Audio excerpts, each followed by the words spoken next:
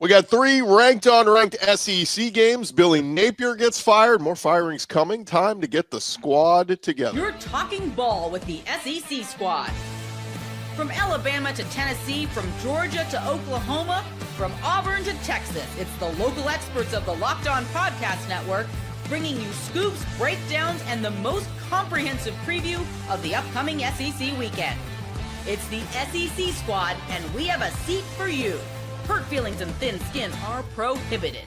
Squad up, you're part of the SEC squad. What's up, everybody? Welcome into the SEC squad. Sit back, grab your favorite beverage, and join us as we get you ready for another wild week talking all things SEC. Today's episode brought to you by FanDuel. Right now, new customers can bet just $5. If your bet wins, you'll get $300 in bonus bets to use across the app. Download the FanDuel app today. Let's welcome in our squad heading into SEC Week 9, gents. It is cutting time. We're getting ready into the stretch where it matters most. Welcome in Zach Blockerby, host of Locked On Auburn. We got Stephen Willis, Locked On Ole Miss, John Miller, Locked On Mizzou, John Neighbors, Locked On Razorbacks, Jimmy Stein, Locked On Bama, John Williams, Locked On Sooners, Corey Burton, Locked On Vandy, and a late ad, Locked On Gators host Brandon Olson. Man, we have got a loaded house tonight. Call us Uncle Jesse. Call us whatever you want. We got a full house. Gents, as we start every week, let's start here. Give me a prediction about your team this week, Zach.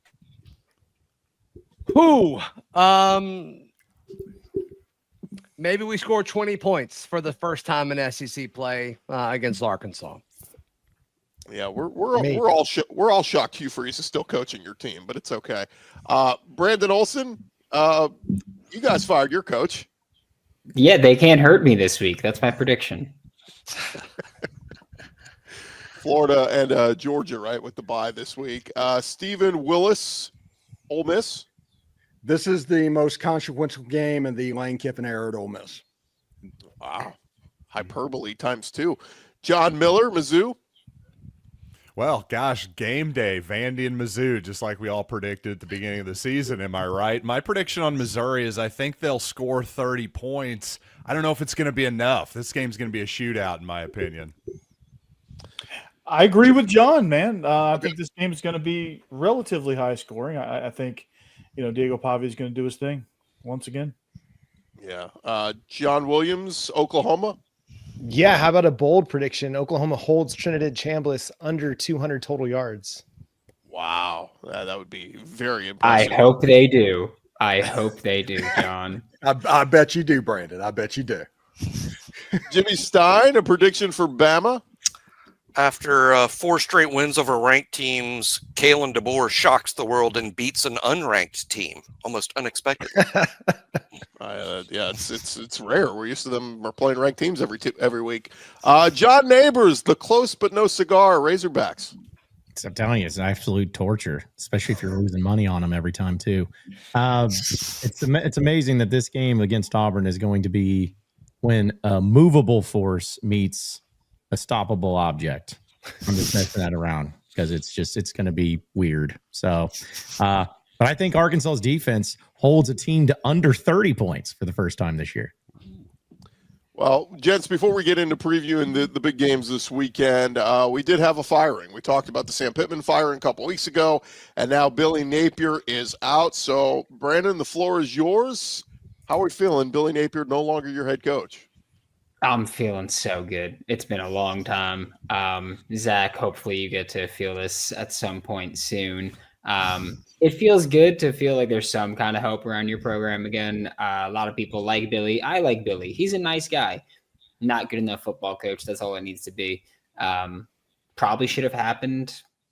I mean, look, I said it last year was my first time calling for his job. And then a bunch of people wanted me to apologize when really, why are you booing me? I'm right. But look, Billy's gone. He'll land on his feet somewhere. Billy Gonzalez being the interim, I think that it's weird. Russ Callaway is the offensive coordinator, but quarterback coach Ryan O'Hara is going to be calling plays. And that really makes you look back on it and think Billy Napier got fired really because he never gave up offensive play calling duties. But if you're completely bypassing the offensive coordinator, going to the QB coach and saying, hey, you're calling plays, he might have genuinely been the best play caller available, which is wild. But hey, at this point, we're just enjoying the ride, watching Florida Gators football now. Makes you think that they almost, I think we're in a similar situation at Auburn, right? Where Hugh Freeze is going to continue calling plays. And we're all having the discussions like what it would look like if he wasn't there, like who would call plays. And I don't think it would be our current offensive coordinator, Derek Nix. I think it would be the quarterback coach, Ken Austin. And it kind of makes you think like they probably made those hires for that reason. Yeah, ego is crazy. Like, because for Florida, like you could have just hired an actual offensive coordinator. You'd probably still be coaching here. Yeah. But hey, ego gets in the way no matter how nice it is. You died on that hill. I'm with you. It's kind of different with Arkansas because they actually hired, a guy who was a better head coach as the offensive coordinator. And then when they fired the head coach, they upgraded. So at least they have that to look forward to. But yeah, it's a crazy thing, which by the way, I'm so glad that when Napier gets fired, we have a full house. But when Pittman got fired, there's like 2 of you in this swap. Hey, let it be known I was here. I think. Hey, some of us just moved the needle. Sorry. Don't know what to tell you. I kind of wish Brad Kellner was with us to get a reaction from a show who actually lost to Billy Napier this year before he. Yeah, got not fired. many of those. Not many of those. But Yeah, that's got to be a rare occurrence that you beat Texas in a season and you still get fired. Like that's pretty special coaching failure by Billy Napier. that's what happens when you lose to USF at home too. This is also true. Won 2 out of his last 3 on his way out the door. So, Oh, so there was congratulations that. to him. Still below 500, but at least he's getting $21 million. When he ends up at UAB. When they beat Mississippi State, were you concerned, Brandon, where you're like, oh, are they not going to do it now? Like, what was your level of concern there? Yeah, I was told consistently throughout the entire week that even with a win, there's a pretty good chance he's gone on Sunday.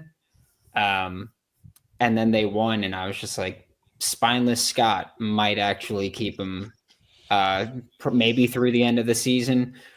Look, I know players openly have been like, oh, like, even if you were going to fire him, we wish that you waited until the end of the season because Billy is a very well-liked guy, but I was hoping and praying that it would actually finally happen. There was one point on Sunday, I actually got a text that said, so it might not happen today. And then about 2 hours later, it did happen. But yeah, I was very concerned that they were going to once again make the wrong decision and keep him for a bit. I wonder if I wonder if some of these other early firings has put a little bit more pressure on these ADs to make a decision earlier than what they might have done so early. Because if Penn State's moving on from James Franklin, who's been an established coach there for a long time, I mean, Florida doesn't have to wait on Billy Napier. No, especially when they're getting Lane Kiffin. All aboard the Lane train, baby. Let's do it. And who Billy Napier beat, by the way. Yeah. Lane in Florida is going to be scary for the SEC. Like, Oh yeah, he's going to be a single one you're force. going to hate. It's going to be exactly what it is right now. He's not going to change magically because he's in Florida. He's not going to dominate high school recruiting because there's so many athletes in Florida. He's going to recruit the same way if he goes to Florida. It'll be You better. keep telling yourself that, buddy. Hey, Real quick. I've been doing this experience for 6 years. He doesn't listen to people. He does what he wants to do. He's not going to change the way he wants to do things because of any reason. And you can ask Zach about this. Don't count your chickens on Lane Kiffin until something is signed. That's true. Oh yeah, no, Do you think he's going to leave, Steven? For now, I'm just enjoying it. I don't. Okay. I think you would be dumb to leave. Yeah, raise your hand real quick. Show of hands. Do you honestly believe Lane Kiffin is going to leave for the Florida job? Raise your hand. No. Okay, so John Neighbors is maybe Brandon. So here's the crazy thing of the evolution, and you guys sound off on this. Like a few years ago, it was Lane Kiffin's toxic because he's outspoken on social media. He's an AD's nightmare because I don't want to have to deal with that guy. But since that time, he's become a consistent winner. He wins every year, 10-plus games. And I think now ADs are like, I'll put up with the bull crap because he wins. So I think he's actually attractive hire now, and I think Florida would be dumb to glance over him. Well, and in this day, let me get out ahead of that right now. Florida ain't glancing over Lane, and glancing over Lane right now. All right, that Lane is probably at the very top of the board right now. He should be the top. He should be the top choice of everybody in college football because he's won 10 games a year at Ole Miss. I mean, it would be foolish to not even think that. So yes, of course, Florida wants it. I just don't think that Lane, if he wants to go deep sea fishing right now on a Wednesday in the middle of football season, Ole Miss lets him do it. They would not let him have that freedom in Florida. If he wants to win a national championship, it ain't in Oxford. Right now it is because the last 4 coaches couldn't do anything in Florida. They're top 10. What does that mean? They were bad coaches. What does that mean? Because it hasn't happened before, it can't happen. Wait. Florida, it's supposed to be so easy to win and recruit there, and it was just a push button. When did I say that? But you're sitting here saying you could do it. Dan Mullen won 10 games at Mississippi State. What did he do at Florida? Did he win a national title? He quit. And why wouldn't he quit? But wouldn't you just be shocked? Would you be shocked if Lane just quit if he got into a toxic environment? I don't know. Is Lane going to create the toxic environment and then quit? Maybe. The Lane that's what happens. Is a real thing. He's not winning it in Oxford. And also, I want to make it clear. I didn't say he needs to come to Gainesville to win. I said he's not winning it in Oxford. If he goes somewhere else, he goes somewhere else. But Lane has never made it a secret that he always has this like infatuation with Florida that he always talks about. He's a Spurrier guy. Steve Spurrier is the guy that made him want to get into this kind of stuff. The visor, that's why he does it. I'm not saying he's coming to Florida. I am just saying that I think Florida is easily the biggest threat where if Lane is going to leave Ole Miss, Florida should be looked at as that spot that is going to drag him out of that. Alabama is by far the number one choice. If Lane left Ole Miss, he would want that job. Second is Miami. He would go to Miami over. If he took the Florida job, you still would have to worry about Miami when Mario Cristobal took over. No, you wouldn't. Because, yes, you would. Yeah, I'm telling you, I've done this for 6 years. That's fine. Okay. I've done this for 4 days. Yeah. 6 years. Change is good, Steven. Change is good. Zach, real quick on 7 years, yeah. Do we think this is the last game for Hugh Freeze at Auburn? No, I don't think so. No, it has to win or lose. I don't think it is. It has to be because Auburn needs to make Hugh wear this all the way to the end. There needs to be a 55-10 to Alabama at the end, so that Hugh Freeze is just dead and buried forever. I'm not against that. I get the argument for firing early. I do, but I'm kind of against midseason firings. Like I don't really get the benefit of it. I'm kind of with you, Steven. Like if you made this bed, this is the roster that we paid so much money for you to put together. Like, let's see what you can do with it. Coach every single game. I don't think you get some magical jump if you're first. I think a lot of folks are waiting, and I think these conversations are happening exactly anyway. So no, so if I had to guess, I would say no. This is not Hugh's last game at Auburn. I want it to be because I want Arkansas to end the past 2 Auburn coaches' career because Harsin got fired after losing to Arkansas. I want it to happen to Hugh Freeze. Well, you didn't. Harsin you ended the potato famine, which we are thankful for. You're welcome. Thank you. Real quick for Zach, I mean, the reason why you do the mid-season firing, look at what Napier did down the back stretch last year, right? He saved his job by winning out. Like, let's stop giving them that. Stop giving them he saved his job. Because when they announced he was staying for another year, not just through the end of the season, when they said he's going to be our coach next year, was the Texas game before Florida did any of that great stuff. They might have been blowing smoke. I mean, sometimes like the leadership says that they don't want to fire their guy. Like, I think that's totally an option that they do not fire Freeze this year. Is that what I would do? Is that what I think is most likely? I don't know, but there is leadership at Auburn that is extremely hesitant to fire him. Well, I'm sure there's a lot of guys that are talking themselves into the idea that if Hugh just gets a quarterback, if he just gets the right quarterback, then things could change. Things could be different. I know that there are people that are having that conversation with themselves, with their booster buddies over a glass of bourbon, trying to convince themselves that, hey, just got to get the right guy. A Might lot as of well pressure. I think if you put pressure on him to hire an OC, I actually think it'd be fine, but I don't see that happening. His ego's too much for that. Yeah. Yeah. And he's supposed to be the quarterback whisperer and all that stuff, and that's not. And maybe he is, but man, the evaluation has just been awful. It's been awful. That's if you think it's Jackson. I'm not so sold it's all on Jackson, to be 100% honest with you, but as the there's foremost Jackson a lot of homer things wrong on the network, a lot of it's on Jackson. The best thing Hugh could do is start the. I mean, that's better for freshman. Auburn if it is all on Jackson, right? If he started Deuce Knight now, and Deuce showed some glimpses of brilliance, I think that would sell fans on. Oh, let's keep Hugh. Let's keep Deuce. The future looks bright. But it won't be him. Like if they bench Jackson, which if it's 10-7 at halftime against Arkansas, or Auburn's offense has 3 or 7 or 10 points, and it looks terrible, it's Ashton Daniels. It's not Deuce Knight. Right. But I'm saying if he were to go with Deuce Knight, that would be the one thing that could maybe save his job, that it would be a glimmer of hope of, oh, him with him, look, it's working. So Yeah, do the Lively and Napier argument. right. If Auburn can't score 30 points against this Arkansas defense, then they just need to blow up the whole thing immediately. John, I'm telling you, I would be shocked if we scored 30 points on Saturday. Oh, Man. again, we'll see, but it would be pretty pathetic to be Our honest. crossover this week is going to be like, It's gonna be sad it's and going to be funny. a bunch of negativity. I'm dreading it. Raise your hand. Do you think Auburn? Do you think be like Auburn an- scores 30 this week? Raise your hand. Hell No.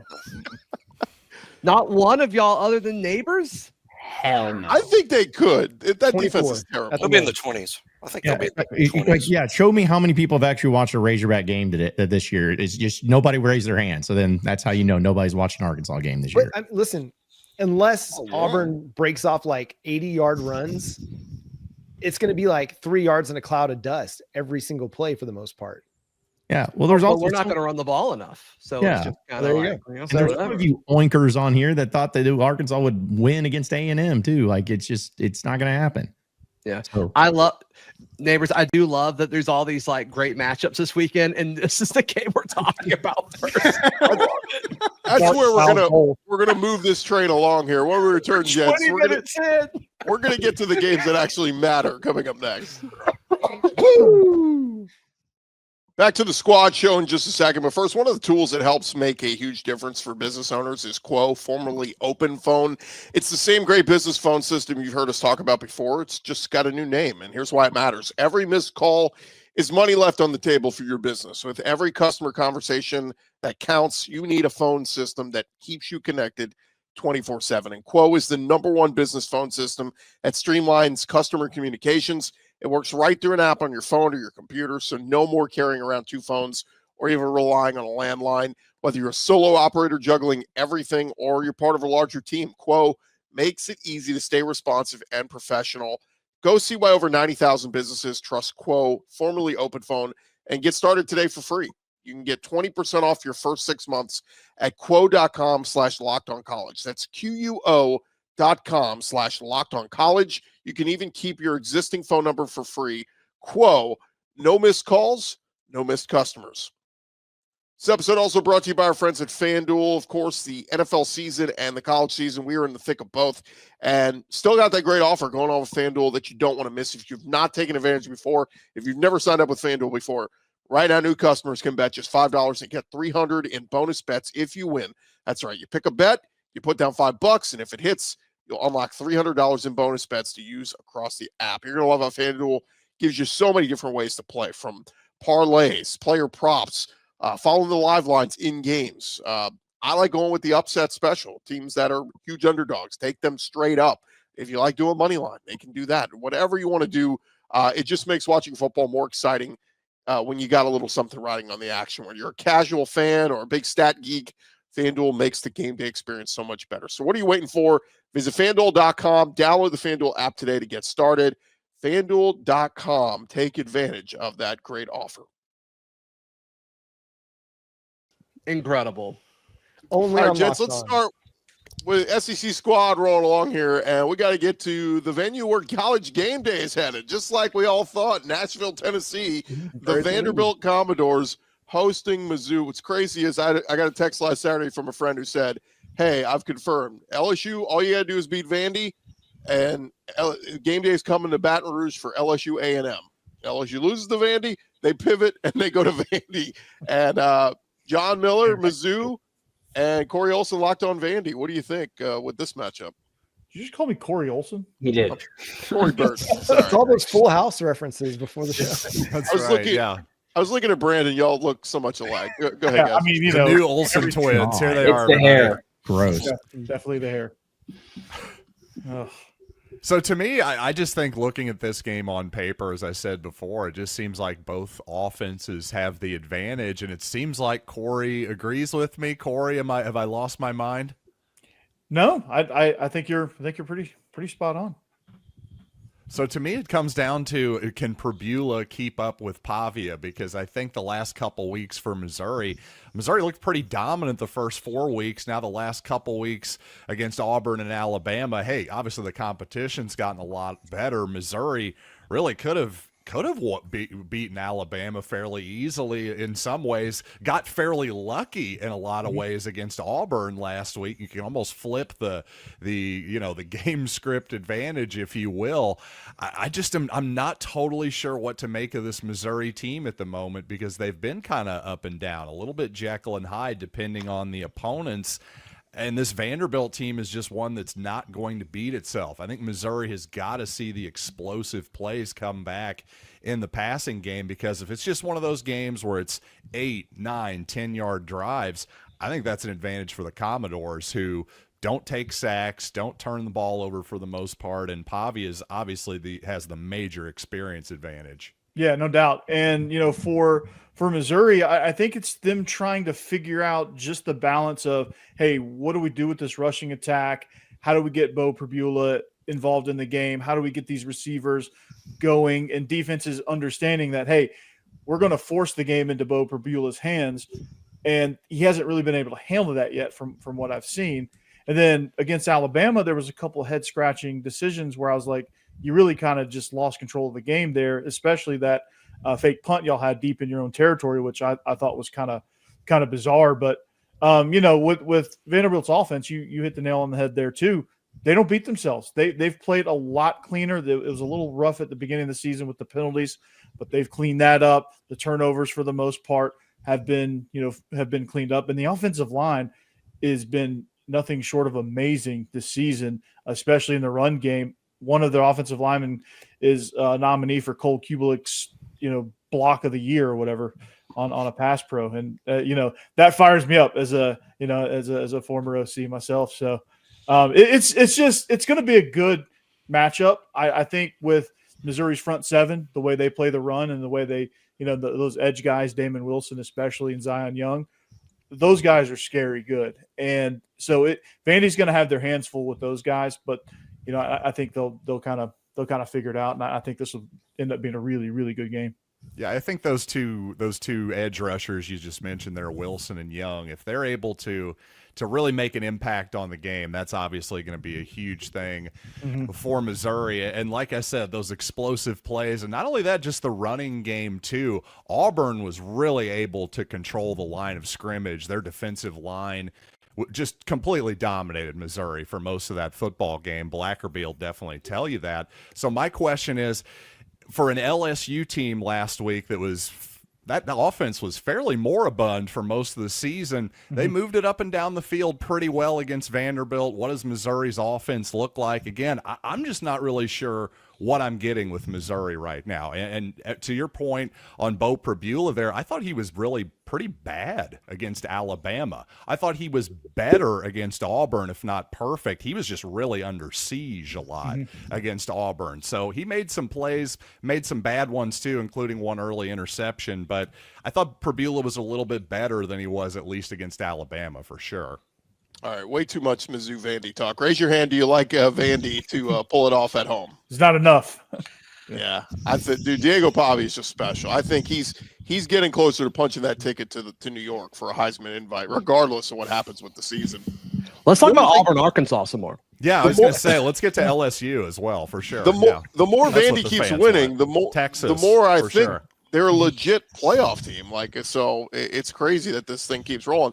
While we got Steven and John here, guys, number 8 Ole Miss at number 13 Oklahoma. Some would argue this is the game of the week. Thoughts on this one, guys? I think this is the most, like I said, the most consequential game in the Lane Kiffin era, because if Ole Miss wins this game, they're going 11-1 and going to the playoff. It's just the way it's going to end up. But if Ole Miss loses this game, they're going to end up like 8-4. They're going to tank just like they did in 2022 because of all of the smoke. I worry about everybody being able to handle what's going on. Now, I think Ole Miss can score some points, and they're going to score points on Oklahoma. I think Oklahoma is going to hold them down a little bit, but if Ole Miss plays clean and they're up for it, I do think Ole Miss is a better team than Oklahoma. So just a few weeks back, Ole Miss only scored 24 against LSU at home. Now you're coming on the road to Norman, hostile environment against one of the better defenses in college football. That's not to say that Ole Miss will get shut out or they'll get held to 10 or less. They're going to be able to put some points on the board, but will they be able to score enough? It's going to be a fascinating matchup, and I think it has big-time playoff implications no matter what happens the rest of the way. For Oklahoma, they got to have it, because you go on the road, you got to play at Knoxville, you got to play at Tuscaloosa. You got to win all your home games if you want to be in the college football playoff conversation. And it starts this week. I'm not necessarily buying that Oklahoma is a 5.5-point favorite in this one. I do think that they have a good chance to win it because they got a great defense that's able to stop the run. It's going to slow Kewan Lacey down a little bit. Trinidad Chambliss, man, he is a legit athlete, and he's going to be able to make plays in this one. It's just, can Oklahoma limit the explosives? That's the big one, because Trinidad and that offense had a lot of explosives against Georgia. But I think Oklahoma's going to be able to slow the run game down a little bit, put the ball in Trinidad's hands a little bit more than what maybe they'd like to on the road. And that's where Oklahoma's pass rush maybe gets him a little bit more uncomfortable. And Oklahoma has a good defense. I'm not saying they do not, but if you look at Oklahoma's schedule of who they played this year, it's like bad offense bingo. All they're lacking is Kentucky. Yeah, and so I think it's going to look a little bit different than it did against Auburn or against South Carolina. So we will see what it looks like. I'm not expecting. Yeah, I'm not expecting 5 touchdowns and 5 drives like they did in Athens. Yeah, they did. Actually, we ran that against was that Texas A&M. But I think this is going to be the best offense that Oklahoma is going to see maybe this whole year. Now, the difference is, can Oklahoma run the ball enough to open up Ole Miss's defense? Because that's how you do it. That's how Arkansas did it. That's how Georgia did it. Can Oklahoma do that consistently, or else it'll turn into the LSU game? And they can get pretty sticky when you allow them to play that drop 8 type coverage. Yeah, and Oklahoma showed some things against South Carolina. They had their best rushing performance of the season. Torrey Blaylock, true freshman, SEC freshman of the week, over 100 yards rushing and touchdown, had 2 big 18-yard runs in the first drive of the game that really kind of set the tone for Oklahoma's ability to run the ball. Ben Arbuckle made some adjustments, spread South Carolina out a little bit more, took a guy out of the box. They were running against some lighter boxes. So I'll be curious to see how they approach Ole Miss. Do they do the same? Do they get their wide receivers spread out? Do they pull their tight end away from the formation to get a guy out of the box and then try to run against it? Because if they do that, I think they'll have some success. The Oklahoma offensive line probably had their best performance of the season this past week. And again, it's not a great South Carolina defense by any stretch of the imagination. LSU, who's stinko running the football, was able to run for 166 on them the week before. Again, it's a building block. It's going to be a really, really tough game. Ole Miss is legit. I think they're still a playoff contender no matter how this thing goes for them. Oklahoma, though, they've got to have it, because with the rest of the schedule the way it is, you can't drop a home game and expect to still be in the playoff discussion. Real quick, guys, when we return, we got a few more games we will run through. This is SEC Week 9. We are previewing here, a squad show rolling along. Hey, quick message from our friends at Mazda. Mazda crafts cars for those who do more than simply move. Mazda delivers confidence with every ride, and with more IIHS top safety pick awards than anyone else. From footwork to breathwork, athletes sweat all the details. Mazda, they bring this same intention in how they craft every model. You can feel Japanese craftsmanship in every detail, from the metallic accents to available Napa leather upholstery. You can make everyday drives feel like anything but, from the smooth handling to intuitive controls. And with all-wheel drive standard in every crossover SUV, you can drive with confidence through almost any season. Like our players, we sweat every detail because when you make every move count, impossible becomes irrelevant. With Mazda, move and be moved. If you're looking for a new vehicle today, check them out at Mazda. Mazda, move and be moved. A few more games this week. SEC Week 9 in the conference. And, gentlemen, the last of the ranked games, it is number 3, Texas A&M at number 20, LSU. This game would have been awesome had LSU just not lost to Vandy. It would have been 2 top 10 teams. Instead, it's LSU fighting for their lives and A&M riding high. A&M's getting a lot of roses. And I had to do a little reality check, folks, and just take a look at A&M and go, you beat one ranked team so far this year. It was on the road. It was at Notre Dame. Good win. Needed a miracle to pull it out. But I feel like A&M still hasn't really – they've got a favorable schedule. Am I wrong on this? Yeah, good. Keep talking yourself into it, buddy. I'm not taking any – I'm just saying I'd look at A&M, and they're praising them, saying this team's got an 88% chance to make the playoff and all this. I'm going, guys, didn't we do this with Elko last year when they started 6-1? I think Arkansas exposed a lot about A&M and that with their. I know Arkansas's got actually a great offense and a historically bad defense, but I think they exposed a lot. If Arkansas just would have had a pulse on defense, they would have won that game. But I think that there's been some things about A&M that they've been kind of playing with fire, which a lot of teams have been. But I think there's going to be some teams that probably saw some weaknesses there, and of course with Moss, his situation still. Being in that case, and if they can just stop faking injuries and getting fined for it, all those things together, may not actually have a chance at making the playoffs. But they're a good team, but I don't see them being this juggernaut. And unfortunately, they probably are going to go into the playoff because of their schedule the rest of the way. Yeah, I they've don't see given up LSU 40 being points. the team that has the firepower to beat them. They've given up. I mean, 40 I wasn't twice blown away this with season. A&M when Auburn played them. I mean, if Well, Jackson that's Arnold kinda- can hit a few open like elite receivers, then Auburn actually probably wins that game. Yeah, again, and I'm not saying LSU is going to beat them. Now, I will bring up this stat. A&M has yet to win in Baton Rouge since they've joined the SEC, so it's a place they just lose every year. But to me, I was just looking at A&M, and I'm not trying to take anything away from Marcel Reed. Mario Craver and Casey Concepcion have been awesome. I'm just saying, like, we did this a year ago with Elko. We're going, oh, my God, Texas is going to win the SEC. I'm like, okay, let's pump the brakes here a little bit till reality sets in, and they got some tough games coming up on the schedule. I mean, historically, that's A&M. A&M is the team that every single year you need to kind of prove it. They're a team that everybody wants to buy into, but always kind of falls short. That's just kind of them as a program. So you're right to take I need to wait and see more approach with this Aggies football program because that's just who they are historically. Sort of like LSU at home in desperation mode. I think it's going to be LSU defensively is pretty good, and I do think I think that's going to give A&M some problems.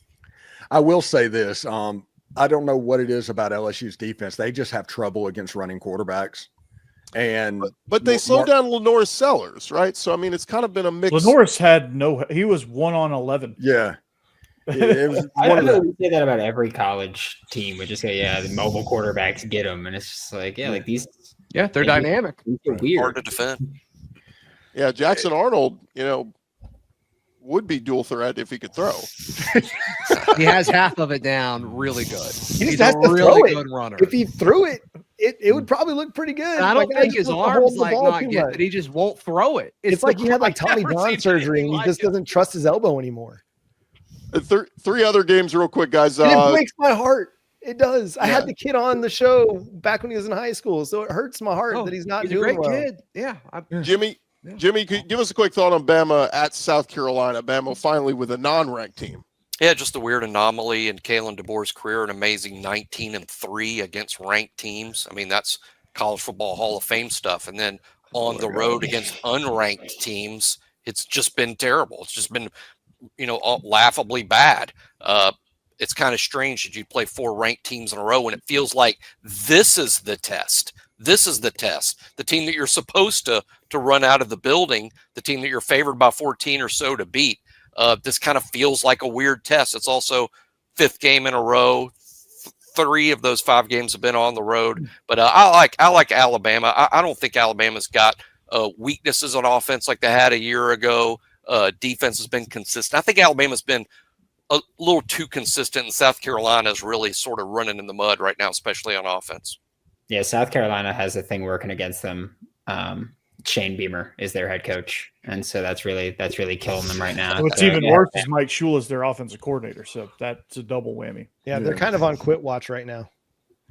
It's quit warning time, I think, over there. And yet I saw a mock draft today that's got Sellers going top 10. So, Fools get drafted, Anthony. This quarterback class is pretty rough. I mean, if Sellers wasn't as big and athletic as he is, he would have been sacked 10 times on Saturday. He just was under siege. I don't know how you make any kind of evaluation of him this year because he's got no time to do anything with the football. And I mean, he's still making things happen. So there's something that some guy is going to look at him and like, man, I can do something with that. And what if the smartest move for Lenore Sellers with his agents is not entering the draft, but entering the portal at the end of the year, going to he'll do it, man. An Oregon type team, the South Carolina native. Vanderbilt would be a great team for a guy like Lenore's. It's either that or working in Saskatchewan. Strike me dead the day Lenore Sellers says I'm going to Vanderbilt to win a title. Hey, we might be here. the playoff rankings that are about to come out could have Indiana at number 2, Vandy in the top 10, and Georgia Tech ranked number 7. I mean, who would have thought of this? Like when COVID happened, it's weird. Everything changed. Yeah. Well, speaking of a team still alive for the playoff, Texas got one of the ugliest wins I've ever seen. I was there in person at Kentucky last week. They could still win out and make the playoff. They're at Mississippi State, guys. The way Arch Manning's playing right now, I think those Cowbells. I don't see him playing well at all on Saturday. A Manning in Starkville, they have a chance to ring. Oh my goodness, that place is going to be coming unglued. And anytime Mark Stoops shows you how to play offensive football, you've got problems. Texas, they're not winning out. They're not going to the college football playoff. Please don't sell these lies just because Texas fans in the comments cry and complain about how mean we are to them. I mean, no Michael Stoops going to Virginia Tech? Is that Michael Staff is huge, man. Yeah, I walked away from that Kentucky-Texas game the other night, and Texas fans, it was the first time I've ever seen opposing team fan base walk away from a win and not talk any trash. They were like, well, that was as ugly as it gets. At least we won. And speaking of, that's our last game is Tennessee's at Kentucky. I've been told by multiple people there in Kentucky that they think there's going to be like 70% orange in that stadium on Saturday night. So Tennessee, I think, bounces back, you guys assume, after the Bama loss? Yeah, Josh Heupel tends to crush the opponents that he should crush, so I think that will be true here. I do hope that this game is at least like the one that was like 2 years ago whenever Kentucky had 45 minutes of time of possession to Tennessee's 15 and lost the game. I do want that just for entertainment factor. And they got trucked in that game, didn't they, Steve? It was like 45-10 or something, and it was something crazy. It was convincing. I don't know if it was that big, but it was an entertaining game just because it was like Tennessee 80-yard touchdown. Kentucky hold the ball for 4.5 minutes and gain 15 yards. I mean, that was the game. Zach and John, final thoughts on Auburn, Arkansas? Game of the week. Take the under is my recommendation. John's going to tell you no because it's not Arkansas's defense. Yeah. Take the that's a big stay away to me, folks. What is the over-under on that? It's drunk. Like 34. It's drunk. It's minus. I think it just drunk. says tilt. I think that's the number. Yeah. No. This is going to be equivalent of sticking a toothpick in between your big toe and nail and then kicking a cement wall. Like, it's not going to be an appealing thing for anybody to watch. My toe hurts now. I'm shocked you're not confident going into this, neighbors. What time is this game at Saturday? 11:45, where it belongs. Dang it! Yeah, it's like, so it's going to be a dumb game for all the dumbest of reasons. And the reason that I'm not confident in it, Zach, is because Arkansas continues to lose one possession games. And it's so funny that both these teams are so similar, where they've lost one possession games and close. The only other difference is one's with offense and one's with defense. And I will say, as weird as it is, if y'all would have fired Hugh Freeze, I'd actually be a lot more worried about this game, but you didn't. So now I actually have a little bit more confidence that Arkansas wins. And for my boy Bobby Petrino, I really hope it happens because I'd like for him to have the job, to be honest. Be nice. This is the week y'all put it all together, John. Bobby over John Gruden, because I know you've been beating that drum a little bit. Bobby's won me over. He ran the Cowboy go get him play against Texas A&M. Man, he had that 2-point conversion that was a chef's kiss. I mean, people don't understand it. I know no one wants to care about this, but you're going to listen to it anyways. Arkansas is averaging 7.27 yards per play against Power 4 competition, which if you want to have historical purposes, that's higher than most of these national championship teams that have won over the past few years. If it wasn't for Arkansas's historically awful defense, they'd probably actually be a pretty good team. But I was going to say, do you have the opposite number of what Power 4 teams have? I got a great one for you, Brandon. Arkansas is averaging 0.5 point per play defensively. Wow. 0.5 point per play. Lord. What? Yeah. That seems impossible. That's amazing. Arkansas would be awesome in the Big 12 in 2011. Like Corey Olson's offense could score on that defense, huh? Exactly, dude. I mean, Luckily, we're playing Auburn this weekend, so it all comes together. Neighbors, one last thing. What'd you make of A&M's social media post putting the A&M player on a motorcycle? I thought it was funny. Like I'll be honest, man. It's like I'm always big on a good trolling thing there, but no one really hit with the over 60 crowd. I'm sure. I was gonna say it's been a minute that was on my that thing one. too. I'm like, you gotta okay. It was 13 years ago, guys. Come on, let's grow up. And that's the good thing about Lane Kiffin. Like all the social media stuff and all that. Like he is kind of the perfect coach in this current era of social media life because that'll play well so well. All right, gents, we will leave it there. Thank you guys for joining us. Follow and subscribe to your favorite SEC school. We will be covering your favorite team every day throughout the rest of the season. We didn't raise our hands for Auburn, Arkansas. Yeah, what the heck? Okay, fine. Who likes Arkansas? I'll go with Arkansas. I'm gonna go with the Hogs. 1, 2, Points win 3, games. 4, 5, 6, 7. Okay, Zach, you're alone. You're the only one. I'm picking Arkansas too. I'm sorry, I didn't raise my hand. Dang. And remember, I'll have you covered with the conference every day with Locked On SEC. Part of the Locked On Podcast Network, covering your team every day. SEC Squad Show will have a reaction show Sunday. Make sure you tune in for that. We'll talk to you guys down the road. I mean, can't pick Hugh Freeze. That's So much pain. Texas sucks. Always. They're Corey awful. Olson, the next head coach at Florida. They lost to a fire.